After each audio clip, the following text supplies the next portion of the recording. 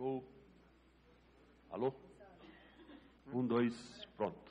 Boa tarde. Me permite que eu não consigo ficar paradinho ali. Então me permite que eu vou me movimentar um pouquinho, né? É o jeitão da gente mesmo aí, né? Por causa da prática e tal, a gente quer se mexer. Fala em esporte, você quer se mexer. Então, primeiro quero agradecer o convite, parabenizar o evento. Eu, na minha carreira aí, como atleta, como professor, treinador, eu trabalho com atletas de alto rendimento, né? Eu nunca tinha tido a chance de vir para uma plenária no meu país discutir qualquer coisa relacionada com o sistema desportivo nacional, com uma política de esporte nacional, com qualquer coisa nesse sentido. É a primeira vez que eu venho discutir isso. Estou acostumado a falar na sala de aula de fisiologia, de treinamento esportivo, mas é bacana, eu preparei aí alguns pontos da experiência que eu tive na ex-União Soviética da Rússia. E eu cheguei lá em 1985, no ano da assinatura da Perestroika, e saí de lá em 1997. Passei aí 12 anos lá. Tenho contato frequentemente com eles até hoje, dou aula na Universidade Estatal lá, Nacional de Cultura Física da Rússia. Então eu tenho contato com eles há mais de 30 anos. Também eu quero observar, eu conversei com a coordenadora científica do Ministério do Esporte da Rússia, pedindo permissão para falar de algumas coisas, né, deles especificamente, e acredito que nesse momento até ela esteja acompanhando isso, então, uma observação.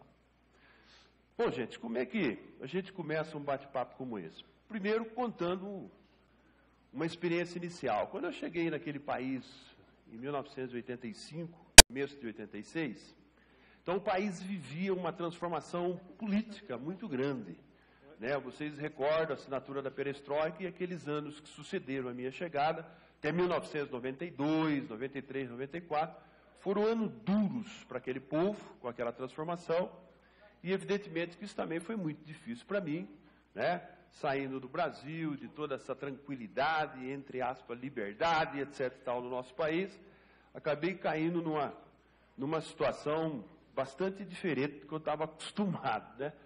E fui para lá, evidentemente, para fazer minha pós-graduação, que na época eu cheguei no mestrado e acabei ficando a carreira toda deles lá. E interessado muito em fazer logo o meu curso e vir embora, né? Apesar que quando eu cheguei, alguém me diz, olha, você está dando entrada e você vai embora daqui 10 ou 12 anos, né?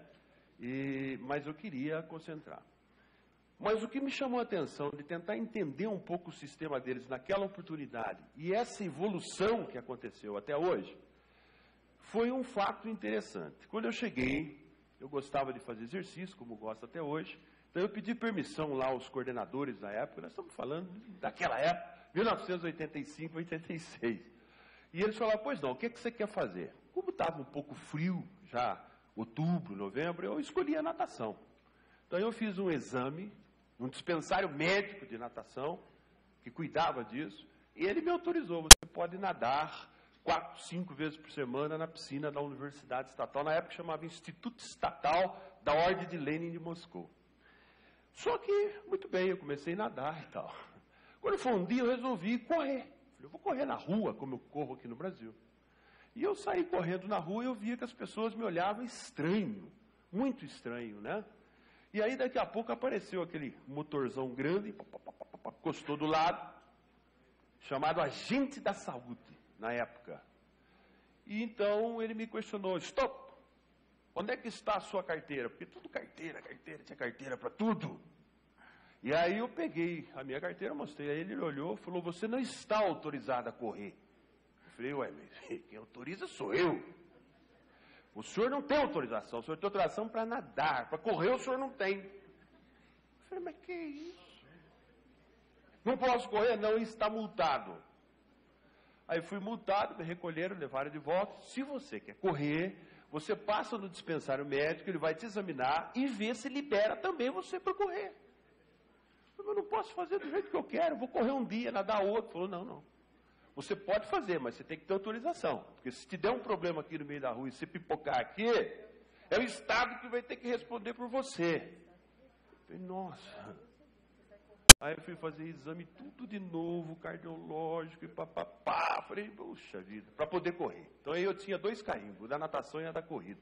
Então eu jogava futebol, eu jogava à noite, depois que o KGB sossegava, eu jogava escondido. Eu jogava futebol, eu jogava escondido, não tinha autorização para jogar futebol. Agora veja bem, então isso me chamou a atenção na época. Eu falei, mas como é que pode, como é que funciona isso? Né? E aí eu vim acompanhando esse processo daquela oportunidade até hoje, e a evolução com que eles tratam esse assunto, que eles ainda chamam de cultura física e esporte. Então eu não entendia no início o que será cultura física, eu achava que era cultura, fisiculturismo, essas coisas. Né? E na verdade você começou a caminhar e entender o seguinte, a cultura física, que eles chamam, ou seja, a ideia é a prática geral, onde inclui todas as manifestações do esporte, todas elas. Então eles chamam de cultura física a cultura do físico, cultura da atividade física mesmo, né? E com uma influência muito grande em vários países, como vocês estão vendo aí, e outros que eu nem coloquei ali, são muitos, né? Que teve uma influência muito grande dessa questão chamada cultura física. Então, naquela oportunidade, nós começamos a tentar entender esse processo, e eles começaram com essa ideia há muitos anos, antes de 1900. Eu li um livro de um camarada chamado Vladimir Boiko, de 1896, um manual escrito à mão na época, onde ele já referendava dados de 20, 30 anos atrás, falando da cultura física daquela sociedade, dizendo que aquele era o maior veículo social que eles tinham, porque tinha uma preocupação com a saúde da sociedade. E então, os documentos mostram que entre 1917 e 1941 foi quando eles consolidaram essa questão da cultura física naquela sociedade ou para aquela sociedade. Alguns pressupostos, alguns artigos, eu tenho até algumas revistas aí na minha pasta, mostram que muito originário ainda do Exército Vermelho e papapá, depois as universidades sociais, que chamavam, começaram a estudar isso de uma forma diferente. Algumas publicações, eu achei essas 2 publicações, 1928 e 1936, eles produziam algumas revistas que, uma delas, a primeira delas aqui, está escrito aqui, Fisicultura e Esporte, quer dizer, Cultura Física e Esporte, era uma revista popular, que chegava na mão da sociedade, né? Na sociedade universitária, da sociedade, as crianças recebiam isso em forma de gibi, falando da importância da cultura física naquela sociedade, né? E lá do outro lado é uma revista mais específica, mais técnica, que chegava a especialistas das universidades. Eles nunca tiveram muita universidade de cultura física no país. Hoje, eles são em menos de 20 universidades de cultura física no país.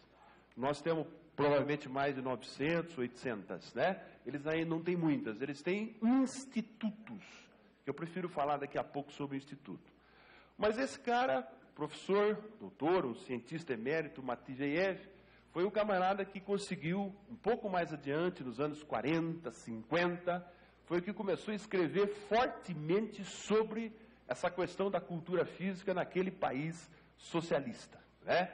Quer dizer, a cultura física para eles era uma forma de se colocar esse povo para se movimentar o tempo todo, desenvolvendo a cultura da prevenção de saúde, o tempo todo. Todos os documentos que eu leio deles falam muito em qualidade de saúde, né? Eles tinham horários diferentes nas empresas, nas universidades, permitindo as pessoas, né, instigando, estimulando as pessoas a fazerem a prática da cultura física. E obviamente que rapidamente, porque já foi bastante discutido isso aqui hoje, né, isso vem da discussão da cultura da sociedade mesmo, né? Da cultura, das crenças, né? Da arte, né? Dessas questões relacionadas com a moral, conhecimento, ou seja, cultura de uma forma geral. E a aplicabilidade disso aí veio dentro dessas manifestações da cultura de uma sociedade. Quer dizer, quando nós falamos em sociedade, as culturas elas são bastante parecidas, mas têm suas particularidades, né? Então, quando você coloca ali cultura religiosa, existem particularidades nesse mundo afora, né? Quando você fala na cultura antropológica, existem suas diferenças. Científica, né? Uma cultura de ciência, Existe cultura, eu ando para todo canto, o continente africano, para todo lado. Existem umas culturas mais fortes nas crenças, na reza, como é a cultura aí por exemplo, do futebol. Futebol, antes de entrar no campo, está ali o árbitro, sabe bem disso, tem uma cultura própria dele, uma crença dele. Tem que rezar, tem que encostar o pé um no outro, tem que gritar. Não, é a cultura do futebol. Eu lembro uma vez dirigindo o clube de futebol lá no Paraná, o Clube Atlético Paranaense, nós saímos para um jogo e nós esquecemos a Santa. A Santa ficou no vestiário. O ônibus andou uns 200 quilômetros, pararam o ônibus e subiu um jogador, junto com o massagista, e falou: professor, tem que voltar para pegar a Santa. Eu falei: você está louco? Pô, já viajamos 200 quilômetros. Não, mas sem a Santa nós vamos perder o jogo. Aí eu olhei para o treinador famoso, vou poupar o nome do treinador. Ele falou para mim: professor, eu não quero nem saber, se o senhor resolve com eles aí. Eu falei: não vamos voltar para buscar a Santa, não. Os jogadores emburraram tudo, sem Santa nós não vamos. Aí tomei a decisão, seguinte: então vocês tocam. E na primeira parada nós vamos comprar umas 5 Santas daquela. Aí eles falaram: ó, esse homem, o coração dele não é da nossa terra. Bom, resumindo, a pressão foi tão grande que eu resolvi pegar um táxi e voltar para buscar a Santa. Eles falaram: não! A Santa tem que entrar no ônibus. Ela está lá no vestiário. A última oração foi feita com ela. Tivemos que voltar para pegar a Santa. Levamos a Santa lá para o jogo, lá em Santa Catarina. Mas a Santa foi pega com tanta raiva que eu peguei, que a Santa quebrou o pescoço. Quando chegou lá, eu tive que colar o pescocinho da Santa e coloquei lá para os caras rezar. Mas colei que a Santa ficou com o pescocinho meio de lado, assim. Bom, resumindo, perdemos o jogo. E a conversa era: a Santa, professor.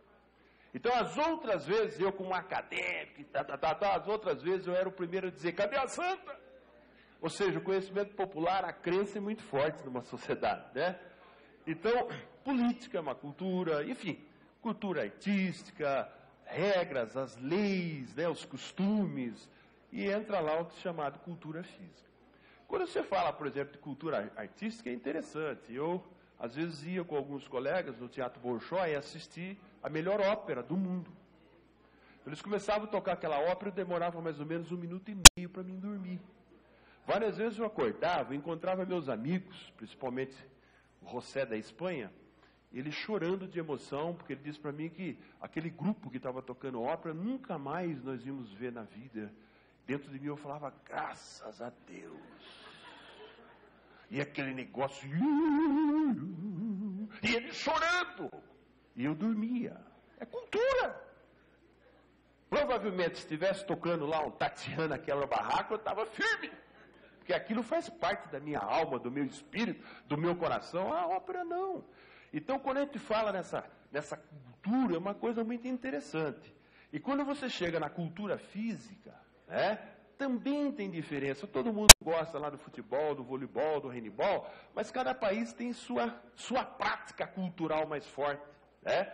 O caso deles especificamente, eu trabalhei aí com eles no futebol. Então, uma final, por exemplo, do campeonato nacional no estádio de Lênin tem 20 mil pessoas. 3 dias depois, uma final de hóquei sobre gelo tem 100 mil pessoas no estádio.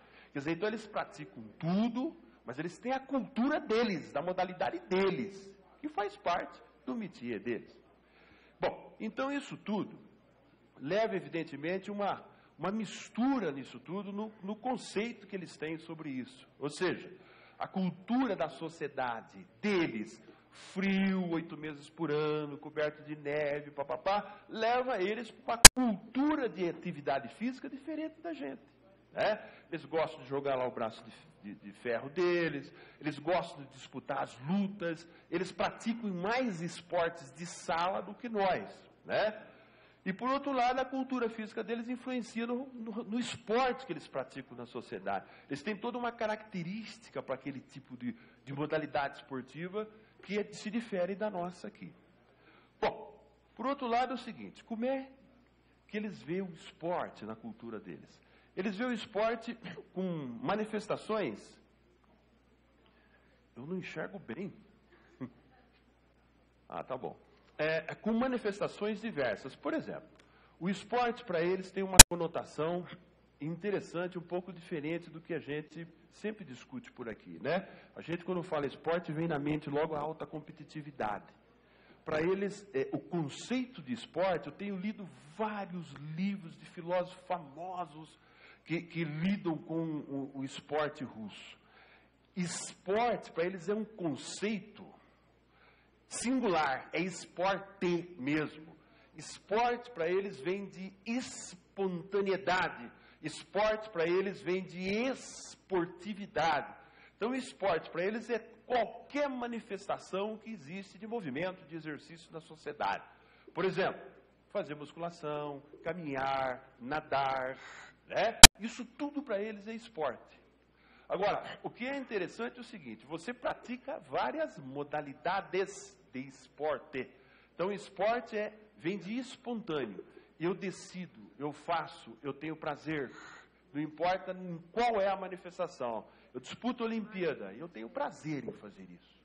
Não, eu não gosto disso. Eu jogo esporte com meus filhos no parque, eu caminho no bosque. Isso tudo para eles é esporte. E verdadeiramente é o seguinte, então aí vem as manifestações diversas que aí estão, né? Que é o esporte como um fim de condicionamento físico das pessoas, né? É o esporte como um tratado para melhorar a qualidade de saúde das pessoas. É o esporte dando oportunidade ao talento, porque numa sociedade existe o talento do esporte, da música, da arte, e ele precisa ser oportunizado. É o esporte dando oportunidade a quem gosta do rendimento. Mas para eles também tem uma coisa interessante. Eles entendem que uma totalidade muito alta da sociedade deles participam do esporte, praticam o esporte, até mesmo sem se movimentar. Então eles entendem que o camarada que assiste o esporte, que assiste o basquete, que assiste o futebol, que assiste a ginástica, ele ama, apesar de não praticar, não executar, ele é um participante do esporte, né?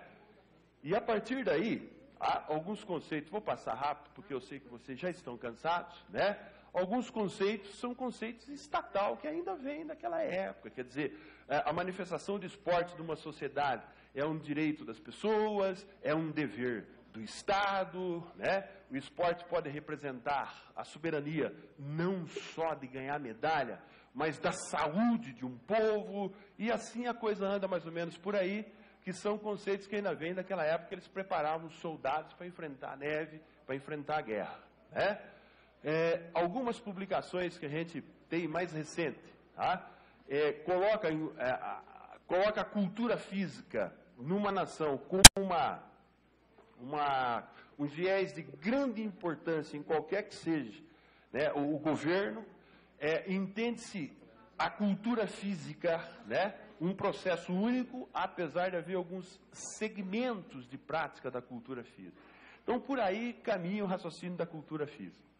E, conforme já coloquei a vocês, o conceito do esporte, para me falar um pouquinho de esporte, ele vem de esportividade, espontaneidade, quer dizer, então quando eu decido que a partir da semana que vem eu vou começar a caminhar, eu estou fazendo esporte. E esse conceito mostra que qualquer que seja a manifestação do esporte, existe um regulamento, existe regra. Existe a regra oficial, né?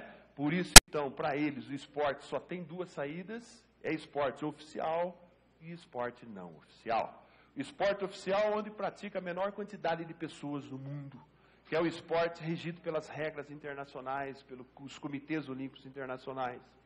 Então, esse é o esporte oficial, tá? Ele é praticado pelo atleta que se preparou, mas também o esporte oficial pode ser praticado por pessoas que não se prepararam. Por exemplo, o cara trabalha no banco, mas no final de semana ele joga o futebol dentro das regras oficiais, né? E o esporte não oficial é tudo que acontece fora do regulamento olímpico. Você decide a regra momentaneamente, as regras são adaptadas, né? As regras é da família, a regra é da sociedade, enfim. É todas as manifestações, né, de atividade física onde não tem preocupação com a regra oficial.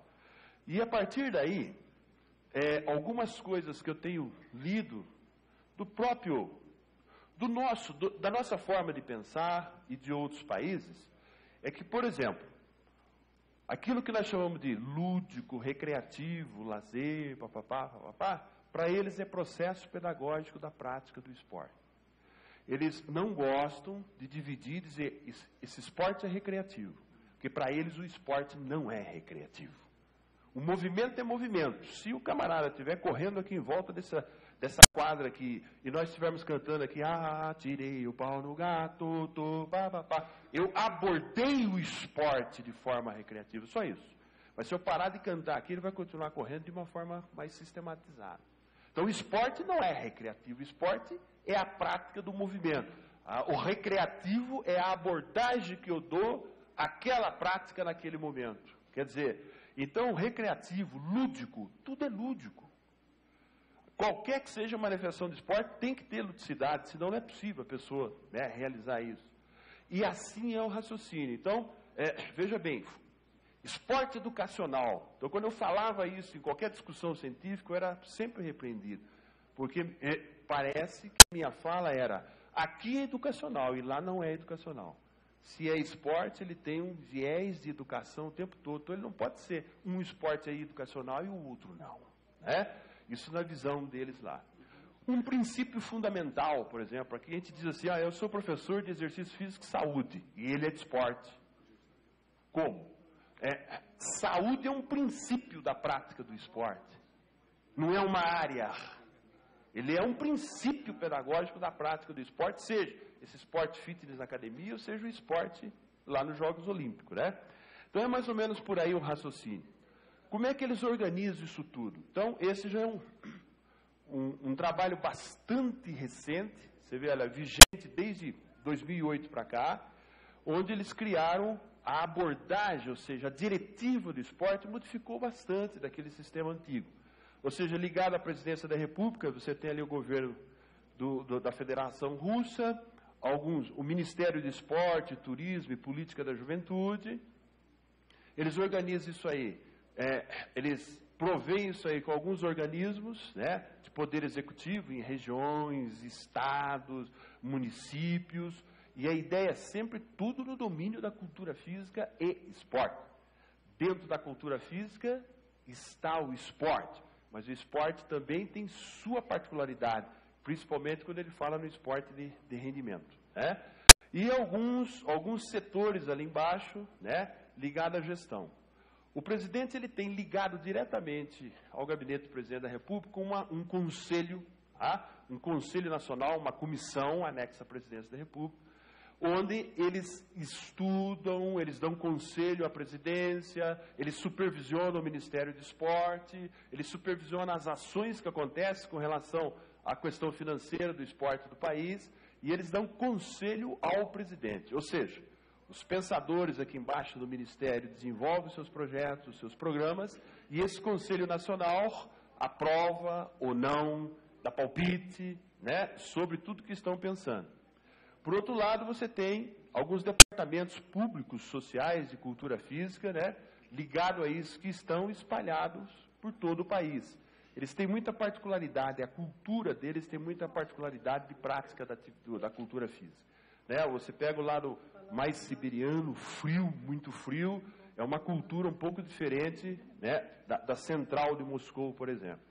E vão compondo isso com alguns centros de federação de preparação esportiva, centros relacionados à preparação física, né? E na base aqui, você vai vendo aqui as escolas esportivas, organizações de estabelecimento de ensino e ciência do esporte.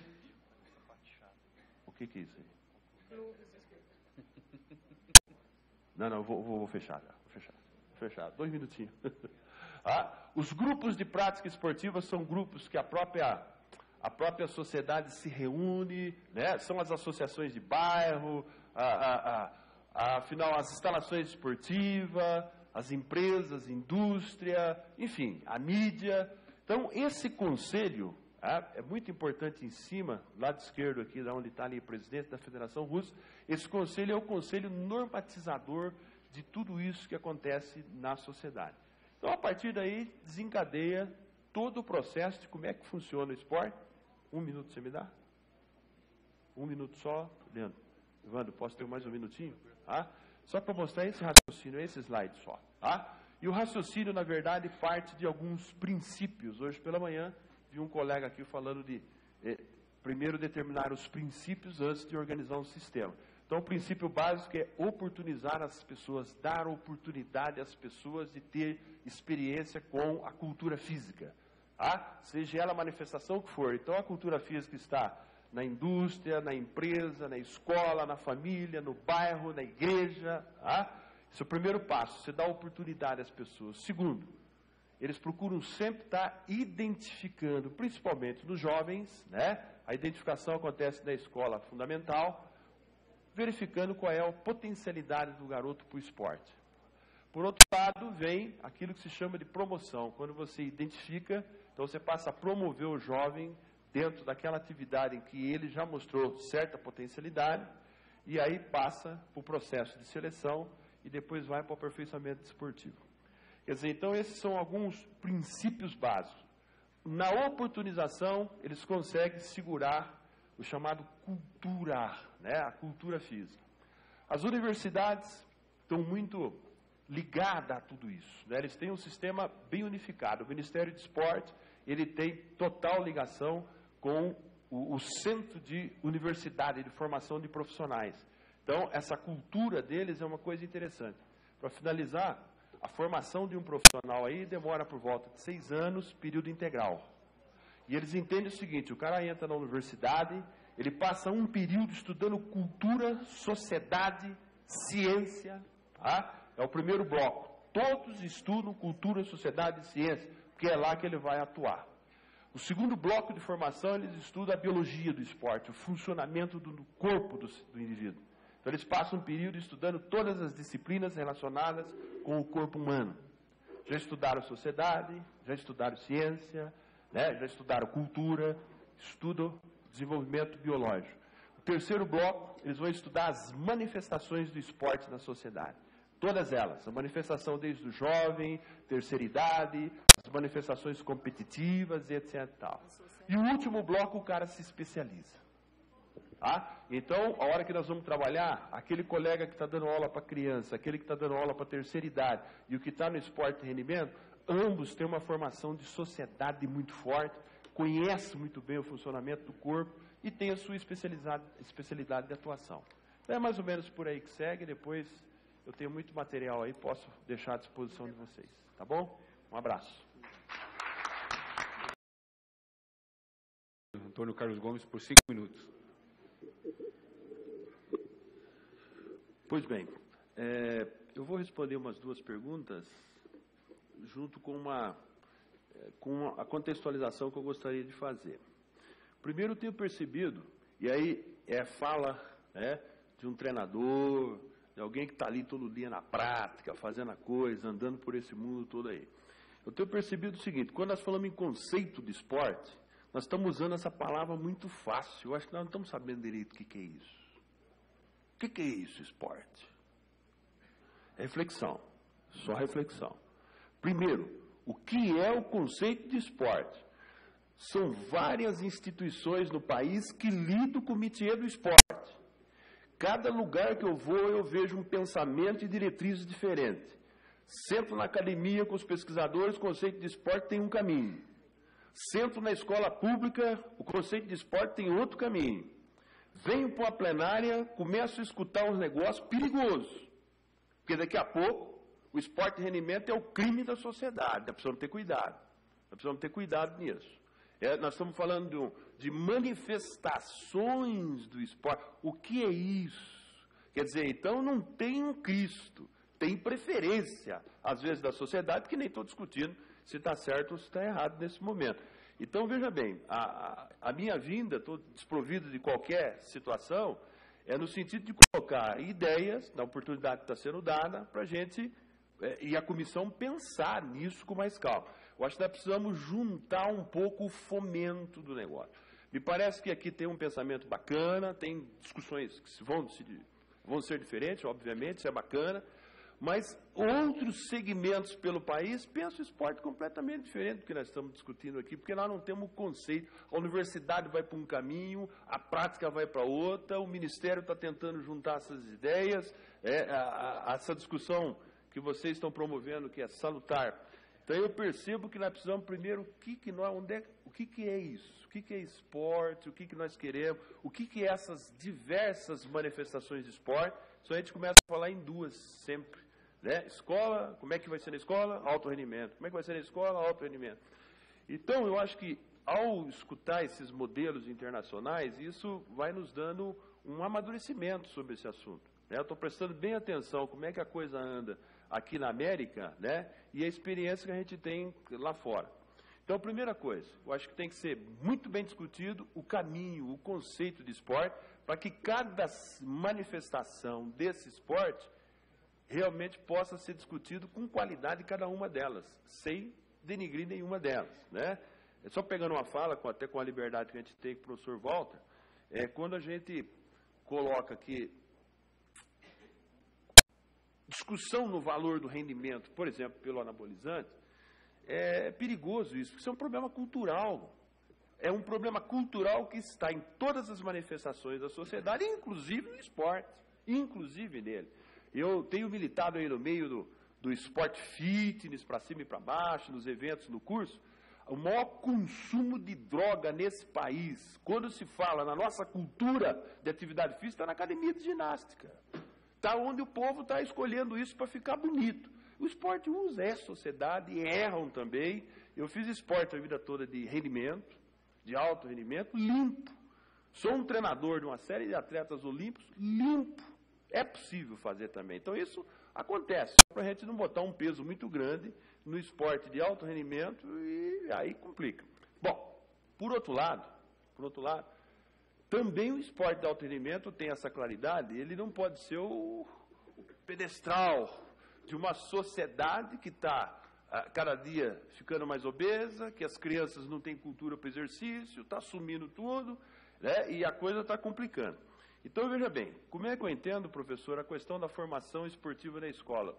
Eu não entendo nem por esse lado, tá? Formação esportiva. Eu acho que a escola é um local onde a disciplina de educação física tem que desenvolver o gosto, tem que dar os princípios, né? Tem que mostrar o caminho. Eu acho que lá é um local de oportunização, não falaria de esporte, falaria de atividades esportivas na escola, sumiria com essas competições dando medalha para os 2, 3 primeiros colocados, criaria uma competição de massa, mudaria isso tudo.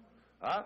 Aí, tudo bem, eu acho que a escola, levar as crianças na escola a fazer o esporte no nível que nós raciocinamos, de regra de competição, eu vejo que está completamente fora de tudo que a gente tem estudado no desenvolvimento psicomotor e etc, etc. Tal. Então a escola, para mim, é um local de dar oportunidade dele ver muita coisa, o que eu chamo de atividades esportivas, e não do esporte regulamentado, do esporte de regra e assim sucessivamente. Por outro lado, a utilização da estrutura. Por isso que eu falo em conceito, né? Chega sexta-feira, 4 horas da tarde, 5 horas da tarde, as universidades federais do Brasil inteiro fecham as portas e vai para casa.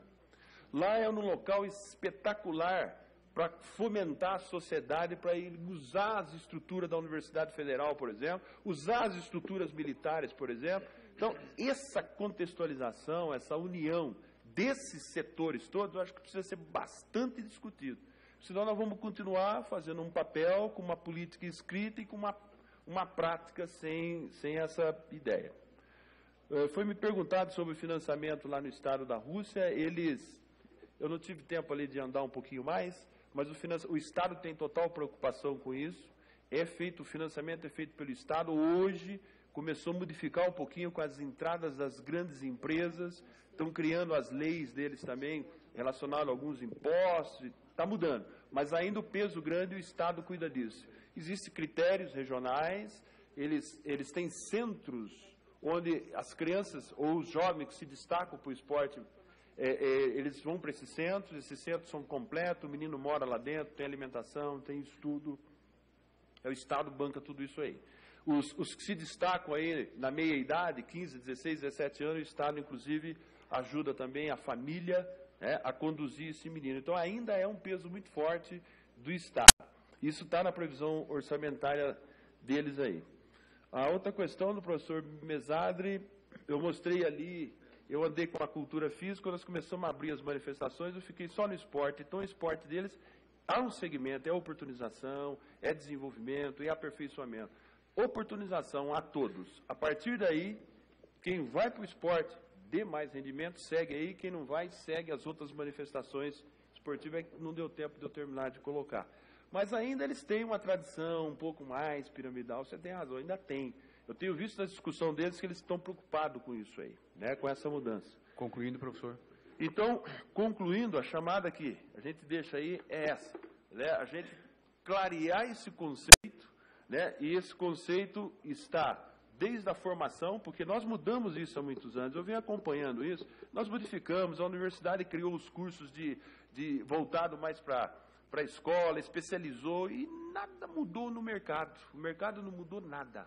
Continuou do mesmo jeito. Aliás, mudou porque diminuímos a prática, principalmente na infância, né? Então, acho que isso tudo tem que ser amarrado numa discussão como essa, para a gente não se perder ao escrever o documento aí do novo sistema. Bom, eu vou ser muito rápido devido ao adiantado. Só uma pergunta lá do telespectador com relação à seleção de talento da CBA. Como é que a gente entende isso no nosso sistema, né, o qual funcionamos? Na verdade, primeiro, para se falar em selecionar o talento, ele tem que achar ele, tem que dar oportunidade para ele. Acho que nós precisamos ampliar mais a oportunidade às nossas crianças e não só isso. Precisamos ampliar mais a nossa cultura esportiva. Tá? Nós sempre selecionamos jovens para algumas modalidades. Sempre as mesmas modalidades. Nós sempre estamos falando em futebol, nós sempre estamos falando em futsal, sempre estamos falando em voleibol e já diminuiu, né? A natação, e aí já começa. Então, hoje nós temos mais de 70, 75 modalidades possíveis de ser praticadas aí. Então, a primeira coisa é ampliar, dar oportunidade. Então, um processo de seleção de talento, antes de nós falarmos de modelos matemáticos, psicomorfo-funcional, tem modelos espetaculares hoje aí. Modelos vindo do contrário do que nós fazemos. Rompendo com essa ideia de testar o melhor desse momento e dirigir ele. Porque pegar os 10 meninos melhores da minha escola, do meu clube, eles só são melhores do que a minha amostra, só isso, nada mais. Entre isso, ser talento esportivo, a coisa está longe. Tá? Para pensar nisso lá, nós temos que começar a falar nos modelos de elite e fazer uma regressão para depois vir buscar aqui realmente essas características do talento. Então, antes de toda essa indumentária aí, eu acho que nós precisamos dar oportunidade, ampliar a vivência do jovem, que automaticamente vai fluir isso e nós vamos identificar o talento. Então, cada modalidade, uma confederação como essa que está me fazendo pergunta aí, é criar situações, criar mais oportunidade aos jovens, que o talento vai fluir depois com facilidade. Uma outra questão discutida aí, essa questão o sistema, né? A gente sempre volta, né? O que é isso o sistema, o que é o modelo, como é que ele se encaixa e tal. E dentro disso aqui entra essa questão de uma coisa que foi muito bem colocado por alguém com relação aos serviços, né, que você pode oferecer. Eu acho que o grande serviço que uma instituição de fomento do esporte pode prestar é propagar isso, é propagar a prática dessas atividades na sociedade. Nós não temos muita cultura disso, não sabemos direito o que é isso. Quando fala em prática, para nós virou esporte realmente, porque a televisão é muito forte. Na televisão não tem programa de esporte participativo, na televisão tem programa de esporte e rendimento. Então foi desenvolvendo uma cultura através da nossa mídia, que é muito forte, desse esporte e rendimento. E ao contrário de alguns pensamentos, quando a gente fala em participação, grande parte da população está ligada nisso, em assistir a Copa do Mundo, a Fórmula 1, e é essa cultura que nós temos, né? Então acho que nós precisamos começar a criar informativos, né? Um contexto aí entre ministério, universidades, e não digo um só ministério, mas criar aí o gibi de fomento ao esporte na sociedade, criar informativos através da mídia social, livros. Nós não temos publicação na área do esporte no Brasil, é muito pouco. Nós temos fragmento, nego publica fisiologia. Fisiologia não é esporte, fisiologia é fisiologia. Não tem nada, não temos literatura sobre esse assunto. Isso aí estou chamando a atenção dos acadêmicos Porque tem um outro modelo, o acadêmico publica os seus trabalhos científicos, ninguém lê, a sociedade não lê isso, ninguém entende. Esse negócio de desvio padrão, para lá, para cá, média, não sei o quê, isso é coisa de conversa de universidade. Nós precisamos usar esse modelo para descobrir as coisas, para talvez dar verdade às coisas ou não. Só que a forma com que nós divulgamos isso para a sociedade não está pegando.